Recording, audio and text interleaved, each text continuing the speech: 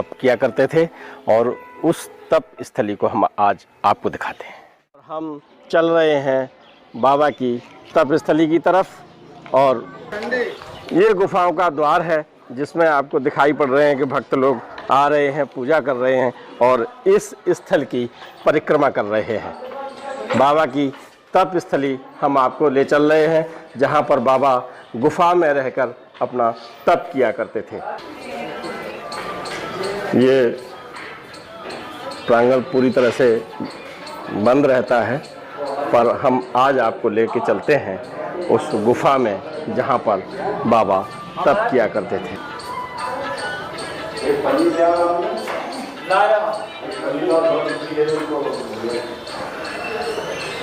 ये भवन चारों तरफ से बंद है। इसके दर्शन जो आप ये जंगलें देख रहे हैं, यहाँ इन जंगलों से इस तप स्थली को लोग देखते हैं। भक्त लोग यहाँ पर यहीं से आते हैं। बताते हैं इस स्थल पर महाराज जी तप किया करते थे। यहाँ गुफाएं थीं। अब वो रूप तो नहीं मालूम पड़ रहा जहाँ पर बाबा उसके अंदर गुफाओं में जाकर अपना तप किया करते थे, अपनी साधना किया करते थे, लेकिन आज भी यहाँ पर सुरक्षित कर रखा है ये स्थल। इस स्थल में छोटी छोटी सी गुफाएं बनी हुई हैं जहाँ पर महाराज जी कभी एकांतवास में तप किया करते थे। आप देख रहे हैं कि यहाँ पर मंदिर प्रबंधन से एक व्यक्ति वहाँ पर उसकी व्यवस्था कर रहे हैं और जो गुफा है, गुफा के अंदर भी एक द्वार सा बना हुआ है और इस बताते ये हैं कि इसी गुफा में, ऐसी गुफा में, इसी स्थल पर कई छोटी छोटी गुफाएं थीं जिसमें महाराज जी अंदर तक चले जाते थे और फिर वहाँ से वो अकेले तप किया करते थे, अपनी साधना किया करते थे।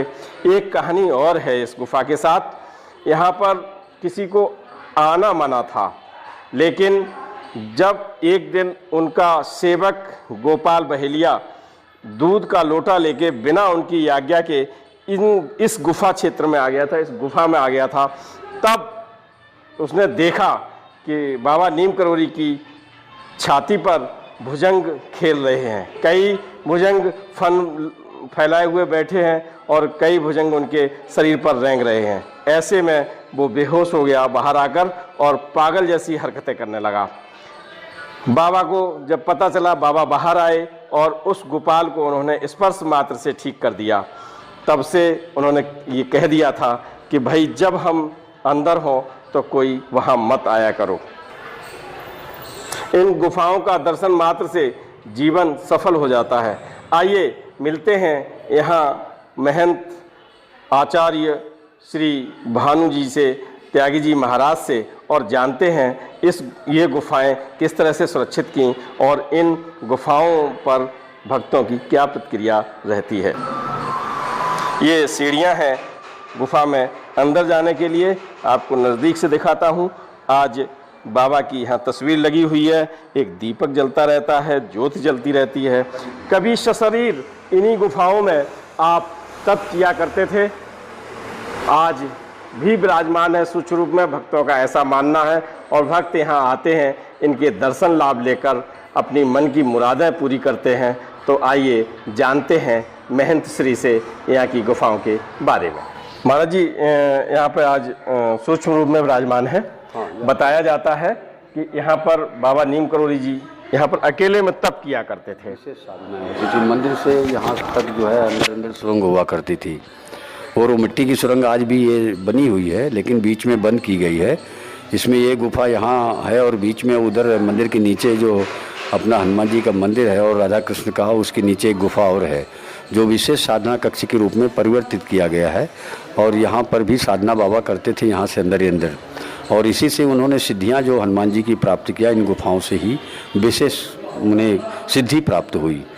आज भी बाबा जी इन गुफाओं में रहते हैं, अव्यक्त रूप में रहते हैं, तो दिखाई नहीं पड़ते, लेकिन अव्यक्त रूप में बाबा आज भी वो भ्रमण करते हैं, साधनाएं करते हैं, अनेकों आत्माओं को शक्ति और भक्ति प्रदान करते हैं, उनकी मनोकामना पूर्ण कर देते हैं। बताते हैं कि यहाँ पर गोपाल बहेलिया एक उनका एक शिष्य था और बिना बताए उनको एक बार बाबा ने कहा कि गुफा के अंदर गए और 6:30 बजे आरती के बाद में सुबह, और शाम को 6 बजे तक निकले नहीं। तो बहेलिया जो उनका शिष्य था वो देखने के लिए गया नीचे, तो बाबा जी नीचे बैठे थे, लेकिन बाबा जी नहीं थे वहाँ, शंकर जी बैठे थे। उनके गले में सर्प बड़े बड़े और हाथों में सर्प, गले में सर्प, भाल देश पर चंद्रमा विराजमान, जटाओं से गंगा बह रही है। ये देखकर दृश्य जो है वो बहेलिया गिर जाता है और मूर्छित होकर गिर पड़ता है।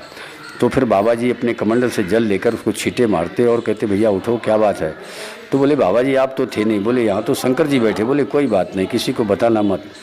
तो बाबा के तो अनेकों रूपों से दर्शन होते थे, कभी राम के रूप में, कभी कन्हैया के रूप में, कभी शंकर जी के रूप में, कभी हनुमान जी। आज भी बाबा वो अनेकों रूपों से लोगों की मनोकामना और दर्शन भी देते हैं।